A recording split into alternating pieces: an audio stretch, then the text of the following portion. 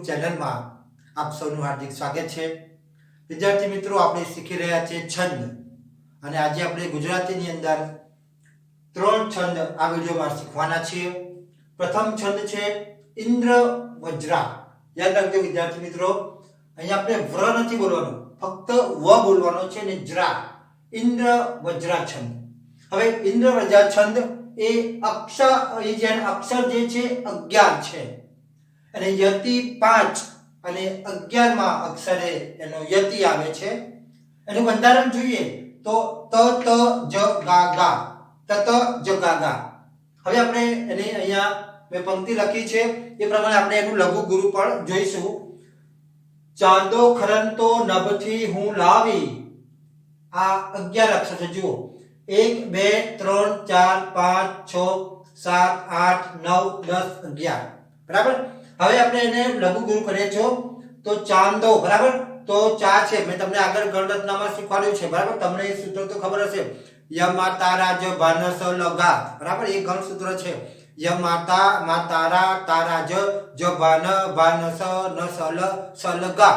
એની પરથી જ આપણે અહીંયા બનાવીએ છીએ। જો ચાંદો ખરંતો નભથી હું લાવી, તો અહીંયા ગુરુ ગુરુ અને લઘુ, બરાબર। અહીંયા મેં આ રીતે છગડીયો કૌંસ કર્યો છે, તમે છગડીયો કૌંસ ના કરી શકો તો આપણે આને આ રીતે આમ લીટી પણ કરી શકીએ। જો આ રીતનું મેં લીટી કરું છું, જોજો હા। પછી ખરંતો ન, તો શું થાય આગળ? ગુરુ ગુરુ અને લઘુ, બરાબર। એટલે પાછો ત બરાબર। જ ભાન, તો અહીંયા ભ એટલે લઘુ, આમાં દીર્ઘઈ છે, બરાબર ને? દીર્ઘઈ તો શું આવે આપણે? ગુરુ, બરાબર। અને અહીંયા લઘુ કેમ છે? અહીંયા હસ્વ છે, બરાબર ને? અને ઉપર અનુસ્વાર કેવો છે? કોમળ અનુસ્વાર છે, એટલે જ ભાન અને ગા ગા, બરાબર। એટલે ગુરુ। બીજું આપણે ઉદાહરણ જોઈએ, ઈલા દિવાળી દીવડા કરીશું। ઈલા કાવ્યો ગુજરાતી સાહિત્યમાં ચંચી મહેતા, ચંદ્રવદન ચિમલાલ મહેતાએ ઈલા કાવ્યો વિશે બહુ સરસ ઈલા કાવ્યોની અંદર આ ઇન્દ્રવ્રજા અને ઉપેન્દ્રવ્રજા છંદની બહુ સરસ અમને એમ કહે કે રમાડે છે એમ। હવે આગળ જોઈએ કે ઈલા દિવાળી દીવડા કરીશું, તો આના અક્ષર તો કેટલા છે? 11। 1 2 3 4 5 6 7 8 9 10 11, બરાબર। એટલે આપણે અક્ષર 11 આવી ગયું। હવે આપણે જોઈએ એનું ઈલા, તો અહીંયા આપણે પછી લીટી કરીએ છીએ। જુઓ 1 2 3 1 2 3 1 2 3, તો જુઓ ઈલામાં ઈ કેવો છે? મોટો ઈ છે, બરાબર ને? દીર્ઘ ઈ છે, નાનો ઈ। જો આ ઇન્દ્ર વજા આ મોટો ઈ છે, પણ આપણે આ નાનો ઈ થાય, બરાબર। આગળ મેં તમને શીખવ્યું છે, આ નાનો ઉ છે, આ મોટો ઉ છે। નાનો મોટો ઉ એવું ન બોલતા આપણે એવું કહેવાય કે આ હસ્વ ઈ અને આ દીર્ઘ ઈ, આ હસ્વ ઉ અને પેલું દીર્ઘ ઉ, આ હસ્વ ઉ કે, બરાબર। આને આપણે હસ્વ ઉ કહીશું અને આપણે દીર્ઘ ઈ કહીશું। આને આપણે શબ્દની આગળ આવે છે ને હસ્વ ઈ કહીશું, શબ્દની પાછળ આવે છે ને દીર્ઘ ઈ કહીશું। આ વિદ્યાર્થી મિત્રો તમારી જાણ માટે છે। હવે આગળ જોઈએ, જો ઈલા દી, બરાબર। તો ઈલામાં મોટો ઈ છે, એટલે શું થશે? તારા જ, બરાબર। તો ગુરુ લઘુ। કેમ લઘુ? કે નાનો ઈ છે, લઘુ ને? જુઓ નાનો ઈ છે। પછી વાડી, તો દીર્ઘ ઈ છે અહીંયા, વા એટલે શું થાય? ગુરુ, અડી એટલે ગુરુ, અને પાછું દી એટલે લઘુ। કેમ? તો કે અહીંયા હસ્વ ઈ છે, બરાબર ને? સારું, હવે આગળ જોયું વડા, તો વ એટલે લઘુ ગુરુ અને લઘુ, પછી લઘુ ગુરુ છે, બરાબર। હવે જોયું ઈલા દિવાળી દીવડા કરીશું। ત્યાર પછી તમે નીચે દ્રષ્ટાંત જુઓ, સંસાર ને સાગર ને કિનારે, સંસાર ને સાગર ને કિનારે। તો અહીંયા પણ રીતે જોઈએ 1 2 3 4 5 6 7 8 9 10 11। તમે જોઈ શકો વિદ્યાર્થી મિત્રો, મેં બધા ઉદાહરણો જે આપ્યા છે એ 11 અક્ષરના છે, એટલે ઇન્દ્ર વજ્રા છંદના અક્ષર 11 છે, બરાબર। એનો યતિ 5 અને 11 માં સ્થાને છે, અને એનું બંધારણ છે તત જ ગા ગા, બરાબર। તત જ ગા એટલે તારા જ જભાન ગા ગા, તારા જ જભાન ગા ગા એમ। હવે આગળ જોઈએ સંસાર ને સાગર ને કિનારે, તો અહીંયા પણ રીતે મેં કર્યું છે સંસાર ઉપર જે બિંદુ મૂક્યું છે, અનુસ્વાર મૂક્યું છે, એ અનુસ્વાર કેવું છે? તીવ્ર અનુસ્વાર છે। મેં તમને સમજાવ્યું છે વિદ્યાર્થી મિત્રો, તીવ્ર અનુસ્વાર હોય તો આપણે એને કહીએ છીએ ગુરુ, સંસાર।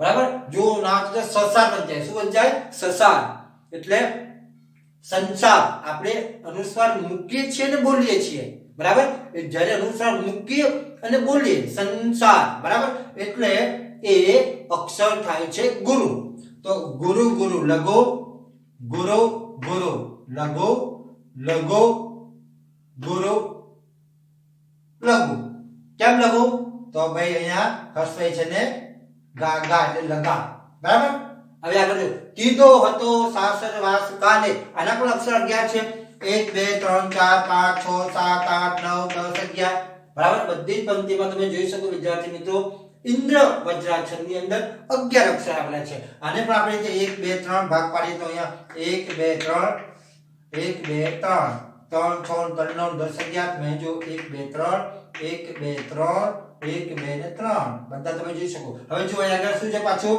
દીર્ઘઈ દીર્ઘઈ એટલે શું થાય ગુરુ થાય ગુરુ ગુરુ લઘુ ગુરુ ગુરુ લઘુ લઘુ ગુરુ લઘુ અને ગુરુ ગુરુ તો આ ઇન્દ્રવ્રજા છંદ એ અક્ષર એના અક્ષર છે 11 અને જેથી 5 અને 11 માં સ્થાને છે અને એનું બંધારણ છે ત ત જ ગા ગા બરાબર હવે આપણે જોઈએ ઉપેન્દ્ર વજ્રાછંદ બરાબર ઉપેન્દ્ર વજ્રાછંદ પણ એના જેવો જ છે થોડો ફરક છે એમાં અક્ષર તો 11 છે બંનેમાં 11 અક્ષર છે યતિ પણ 5 અને 11 છે પણ એના બંધારણમાં ફરક છે જ ત જ ગા ગા જ ત જ ગા ગા અહીંયા શું છે ત ત જ ગા ગા ઇન્દ્ર વજ્રામાં છે ત ત જ ગા ગા અને ઉપેન્દ્ર વજ્રા જે છે એમાં કયું છે જ ત જ ગા ગા આ પણ તમે મેં એ તો ઉદાહરણ આપે છે જુઓ અને અક્ષર પણ કેટલા છે 11 તમે જોઈ શકો છો 1 2 3 4 5 6 7 8 9 10 11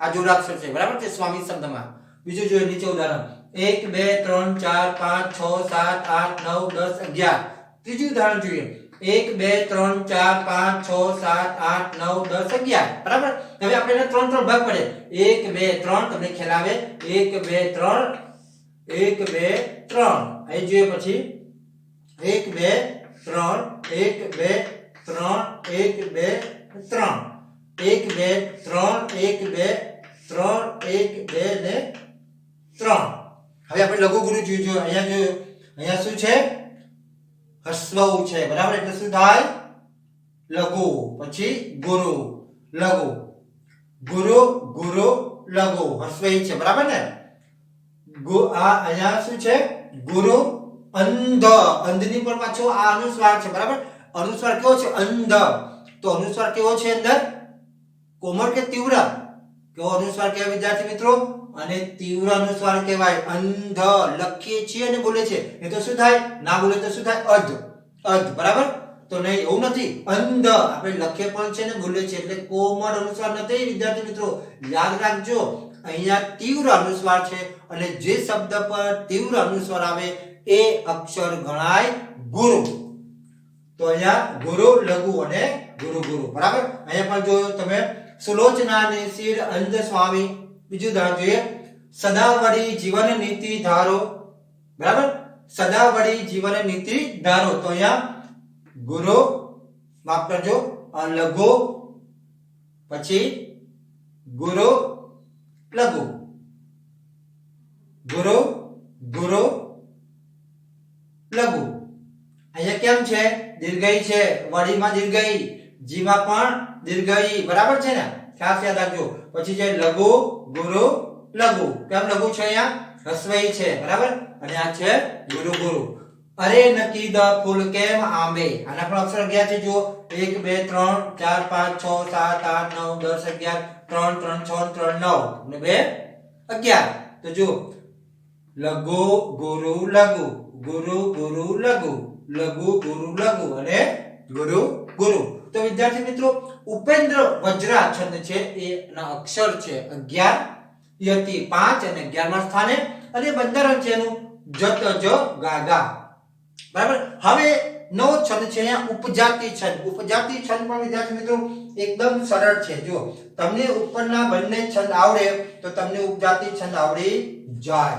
એનું કારણ શું છે ઉપજાતિ છંદ છે ને આ બંનેને ભેગા કરવાથી એક ઉપજાતિ છંદ બને છે બરાબર યાદ રાખજો આ બંને છંદને આપણે ભેગા કરીએ છીએ એટલે શું બને છે? ઉપજાતિ છંદ. કયા અર્થમાં? બંધારણ અર્થમાં. એના અક્ષર પણ 11 છે. બંધારણ કયું છે? ઇન્દ્ર વજ્રા અને ઉપેન્દ્ર વજ્રા.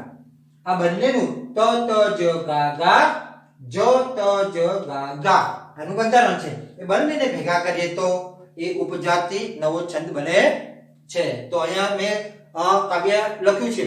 ઈલા સ્મરે છે અહીં એક વેળા. બરાબર?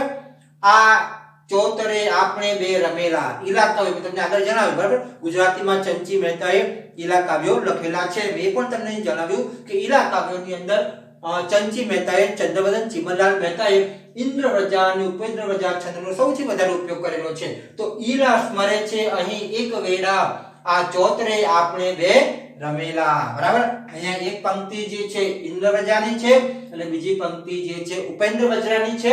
એટલે બંને સાથે મળીને છંદ બને છે ઉપજાતિ. હવે એ જો જે થતો પ્રાપ્ત ઉપાધિ યોગ, બની રહ્યો તેજ સમાધિ યોગ. અહીંયા એક પંક્તિ જે છે ઇન્દ્ર વજ્રાની છે, બીજી પંક્તિ ઉપેન્દ્ર વજ્રાની છે. એટલે આ પણ બને છે ઉપજાતિ છંદ. ભરો ભરો માનવના ઉરોને, હિમાશંકર જોશીની પંક્તિ છે. ભરો ભરો માનવના ઉરોને, ઉત્સાહને ચેતન પુર રેલી. બરાબર? તો અહીંયા પણ એ જ રીતનું છે. પ્રથમ જે પંક્તિ છે એ ઇન્દ્ર વજ્રા છંદની છે અને બીજી જે પંક્તિ છે ઉપેન્દ્ર વજ્રા છંદની છે. એટલે બંને સાથે મળીને બને છે વિદ્યાર્થી મિત્રો ઉપજાતિ છંદ. બરાબર? તો ઉપજાતિ છંદ 11 અક્ષરનો છે અને એનું બંધારણ તમે જોઈ શકો છો કે ઇન્દ્ર વજ્રા વત્તા ઉપેન્દ્ર વજ્રા એટલે તત જ ગા ગા જત જ ગા ગા. બરાબર? તો અહીંયા વિદ્યાર્થી મિત્રો આપણે આ વિડિયોની અંદર એક સાથે 3 છંદ શીખ્યા છે. આ 2 છંદ આવડે તો ત્રીજો છંદ વિદ્યાર્થી મિત્રો આપણને આવડી જ જાય. પરીક્ષામાં પૂછાય તો તમને એકદમ સરળ છે. આ બંધારણ તમારે યાદ રાખવાનું. ઇન્દ્ર વજ્રા તો ત ત જ ગા ગા. બરાબર? અને અક્ષર 11 છે. બંનેના અક્ષર તો 11 જ છે, ફક્ત બંધારણ જુદું છે. તો પરીક્ષામાં પૂછાય તો તમે આ રીતે પણ લખી શકો. પણ આના માટે તમારે પેલું જે મેં ગણની અંદર શીખવાડ્યું સૂત્ર એ તમારે ખાસ યાદ રાખવાનું. બરાબર? યમા તારા જ ભાનસ લગા, યમા તા મા તારા તારા જ ભાન ભાનસ લગા. તો એ પછી તમને બધા જ જે છંદો છે એ ધીમે ધીમે આવડી જશે. તો વિદ્યાર્થી મિત્રો આજે આપણે આ વિડિયોની અંદર 3 છંદ શીખ્યા છે. ફરી વખત નવા વિડિયોની અંદર નવો છંદ લઈને આવીશ. ત્યાં સુધી આપ સૌની રજા લઉં. આપ સૌનો આભાર.